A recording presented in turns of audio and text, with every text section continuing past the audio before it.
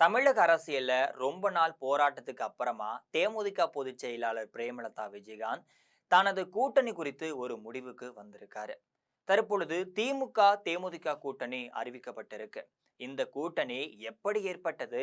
இதன் பின்னணியில நடந்த விவகாரங்கள் என்ன? திமுக தேமுதிக இந்த ரெண்டு கூட்டணியால் யாருக்கு என்ன லாபம் என்பது தொடர்பான புதிய கருத்து கணிப்புகள் வெளியே வந்திருக்கு. இது பற்றி ஜெம் தொலைக்காட்சி வழங்கும் சிறப்பு செய்தி தொகுப்பை தற்பொழுது பார்க்கலாம்.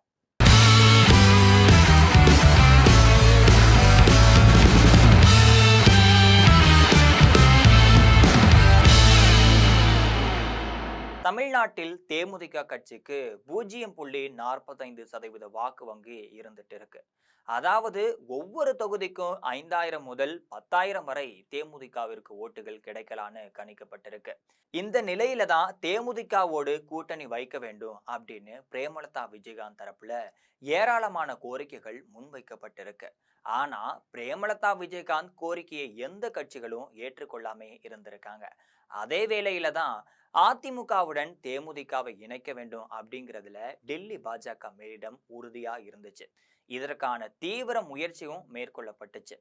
கடைசி கட்டமா பாஜக தரப்பிலும் திமுக தரப்பிலும் உச்சகட்ட பேச்சுவார்த்தைகள் நடைபெற்று வந்திருக்கு. இந்த நிலையில தான் பிரேமலதா விஜயகாந்த் தேமுதிகவுடன் கூட்டணி வைத்துக் கொள்வதா அறிவிச்சிருக்காரு. இது தொடர்பா அவர் முதல்வர் மு.க.ஸ்டாலினை அறிவாலயத்தில் சந்தித்து பூங்கொத்து கொடுத்து இந்த அறிவிப்பையும் வெளியிட்டிருந்தாரு. அறிவாலயத்துல மு.க.ஸ்டாலினை சந்தித்த பிரேமலதா விஜயகாந்த் நேரடியா கேப்டன் விஜயகாந்த் நினைவிடத்திற்கு வந்தாரு.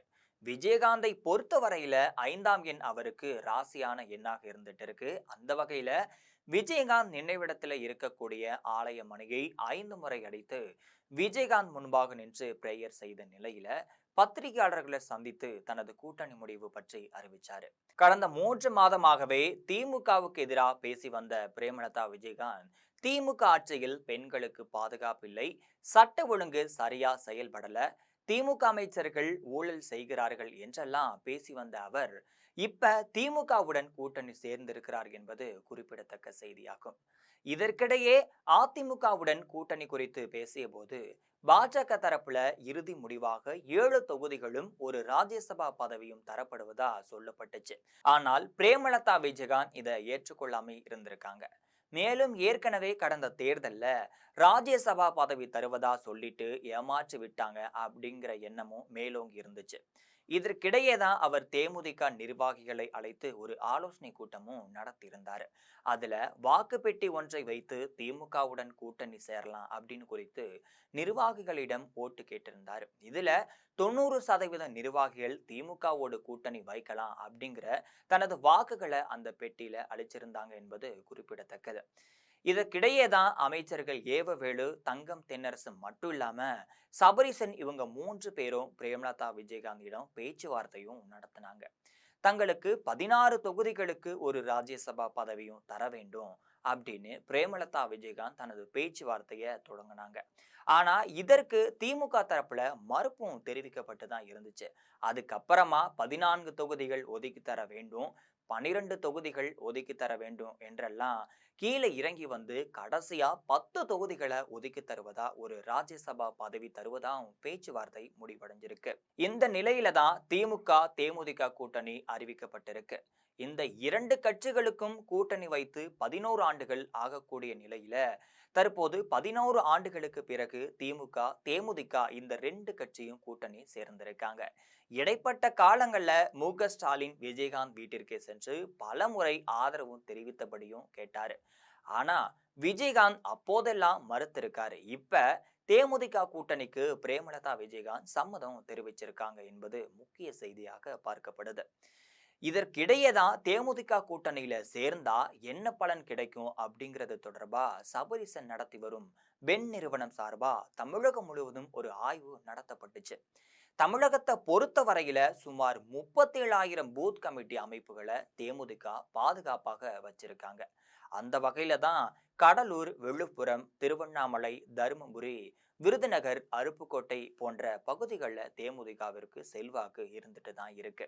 தேமுதிகவை கூட்டணியாக சேர்த்துக்கிட்டா அது திமுகவிற்கு பலமாக பார்க்கப்படுது.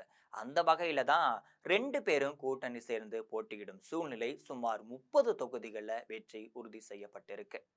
சபரிசன் நடத்தி வரக்கூடிய பெண் அமைப்பு தெரிவித்த இந்த தகவல் அடிப்படையில தான் திமுக தற்போது கூட்டணி அமைச்சிருக்கு. தேமுதிகவிற்கு 10 தொகுதிகளும் ஒரு ராஜ்யசபா பதவியும் தருவதா இந்த ஒப்பந்தம் செய்யப்பட்டிருக்கு.